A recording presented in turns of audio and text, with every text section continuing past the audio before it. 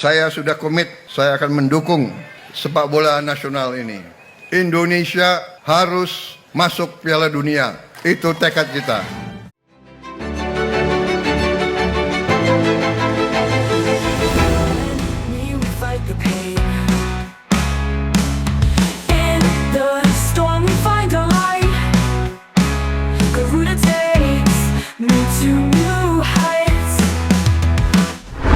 Meski saat ini rank Indonesia masih jauh di bawah Australia yang berada di peringkat 26 dunia. Namun dengan manuver gila-gilaan yang dilakukan oleh PSSI dalam 2 tahun terakhir membuat market value Indonesia naik drastis. Bahkan nih, menurut laporan Transfermarkt, skuad Indonesia kini sudah melampaui Australia, Bahrain, dan juga Cina. Melihat hal itulah, wajar jika Pak Prabowo berharap lebih agar Indonesia bisa bermain di Piala Dunia. Selain itu, jelang laga debut melawan Australia, Patrick Kluivert akan kembali menggunakan hokinya karena sejauh ini dirinya belum terkalahkan saat menjalani laga debut. Dan dengan skuad yang dimiliki Indonesia saat ini, Kluivert juga cukup yakin untuk bisa mencuri poin di kandang Australia.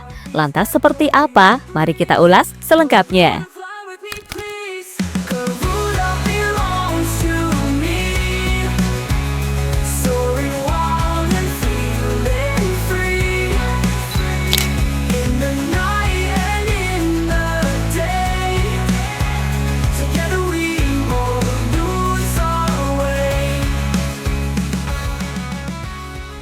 Harus diakui 3 poin dari Arab Saudi pada bulan November 2024 lalu, sekali lagi kami tekankan memang menjadi hal yang sangat penting. Gak cuma kembali membuka jalur ke Piala Dunia, tapi juga menjadikan Indonesia tim terbaik dari Asia Tenggara yang tampil di putaran ketiga kualifikasi Piala Dunia Zona Asia.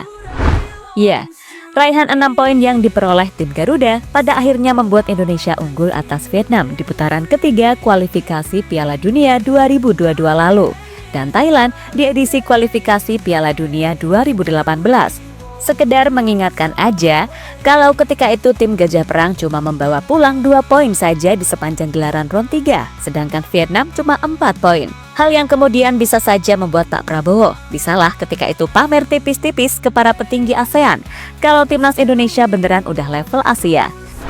Sesuatu yang wajar, karena bagaimanapun Pak Prabowo juga terkenal sebagai orang yang sangat ingin timnas Indonesia bisa bersaing bahkan di level dunia. Dan jelang menghadapi Australia, Pak Prabowo kembali menekankan kalau timnas Indonesia harus bisa lolos ke Piala Dunia. Apalagi setelah melihat segala perubahan yang ada pada skuad Garuda, mulai dari mendatangkan jajaran pelatih top dunia hingga mengebut proses pemain-pemain keturunan baru.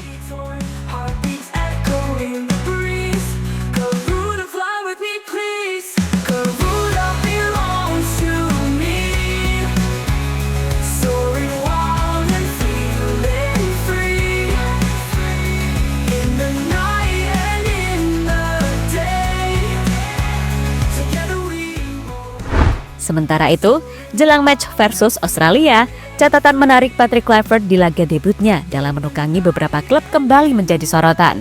Karena menurut sejumlah laporan, kalau Kluivert ini belum pernah kalah saat melakoni laga debutnya sebagai pelatih. Dan hal itu bisa kita lihat dalam statistik di bawah ini. Kesempatan pertama Kluivert menangani tim saat menjadi juru taktik FC Twente itu. Dan ia melakukan debutnya pada 21 Agustus 2011 silam.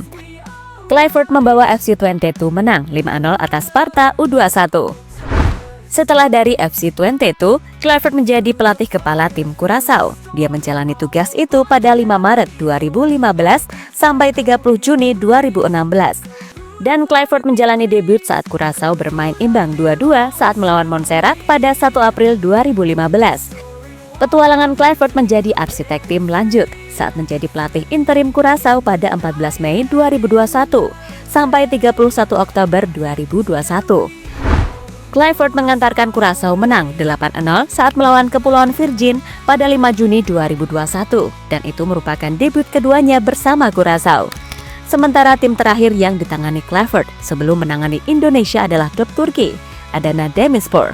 Kluivert menjadi juru taktik di sana pada 1 Juli 2023 sampai 4 Desember 2023. Bersama Adana Demirspor, Kluivert meraih hasil imbang dengan CFR Cluj pada pertandingan babak kedua UEFA Conference League dan saat itu Adana Demirspor ditahan imbang 1-1.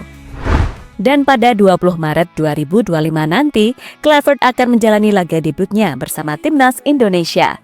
Meski lawan yang dihadapi tak mudah sekaligus langganan Piala Dunia, semoga saja catatan apik Kluivert di laga debutnya juga berlaku pada Indonesia.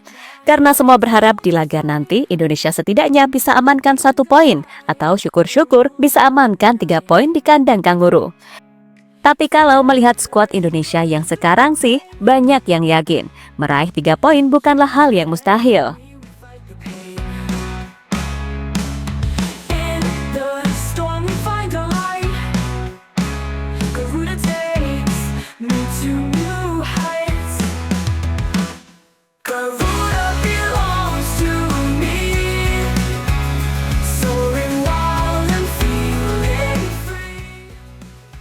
Misi Indonesia curi poin di kandang Kanguru. Sementara itu, dengan bergabungnya Oleh Romani dan juga trio Enjoy di awal tahun 2025 ini, membuat nilai pasar skuad timnas melonjak ke 634 miliar rupiah, tertinggi di Asia Tenggara, dan bahkan ngalahin Australia yang turun ke 448 miliar rupiah gara-gara cederanya pemain bintang seperti Harry Souttar, Serkati hingga Riley Magri. Di sini, Indonesia jelas telah berubah dari tim yang dulu cuma mengandalkan pemain lokal dengan nilai pasar 50-70 miliar rupiah. Sekarang, kita punya starting 11 yang 70% main di Eropa. Gila kan? Ini bukan cuma soal duit, tapi kualitas yang bikin lawan mikir 2 kali. Bahkan legenda Australia Tim Cahill mengaku kalau timnas Indonesia telah menunjukkan perkembangan luar biasa. Mereka bukan lagi tim angin-anginan, dan kini semua tim-tim Asia wajib mewaspadainya. Dia memiliki kumpulan pemain berbakat, tetapi jika melihat tim seperti Timnas Indonesia dan Arab Saudi, negara-negara di Asia ini sejajar, bahkan beberapa lebih baik, dan itulah kenyataan sepak bola saat ini. Performa Indonesia akhir-akhir ini menunjukkan kemampuan mereka untuk bersaing dengan tim-tim besar tradisional.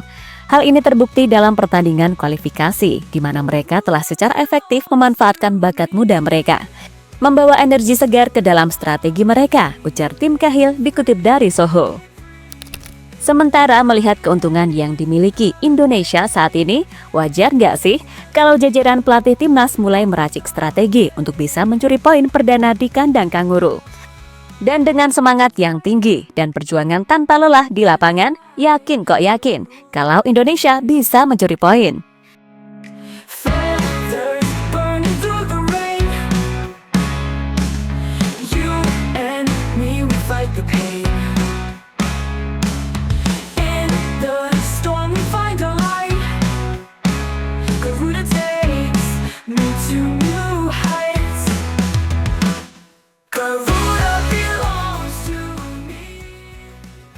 Joy Pelupessy jadi kartu as Patrick Kluivert. Sementara itu, gelandang anyar Indonesia, Joy Pelupessy, akhirnya mendarat dengan selamat di Australia. Dan dengan hadirnya Joy sekaligus mengkonfirmasi jika pemain senior 31 tahun ini berpotensi bermain untuk timnas di laga kontra Australia.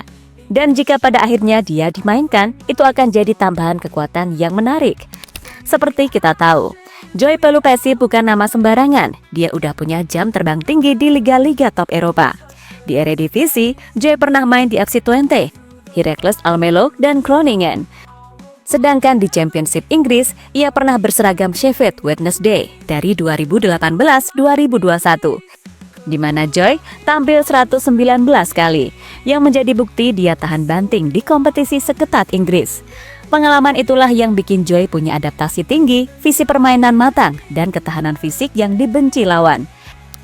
Jika dibandingkan sama lini tengah timnas sekarang, Joy membawa kedewasaan yang beda, di mana kombinasi Joy Tom Hei nantinya bisa jadi kunci.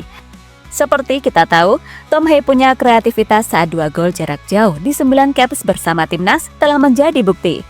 Tapi tanpa tandem selevel, Tom Hei sering terkunci. Dan kini, hadirnya Joy dengan karakter bertahan dan energi tinggi bisa jadi pelindungnya. Ya, semoga aja ya, Joy ini udah bisa dimainkan di form terbaik di laga kontra Australia. Karena duetnya bersama Prof Hei cukup dinantikan oleh seluruh fans Indonesia. Dan bisa saja, Joy Pelupessy dimasukkan ke babak kedua sebagai kartu as Kluivert untuk memberikan kejutan di menit-menit akhir.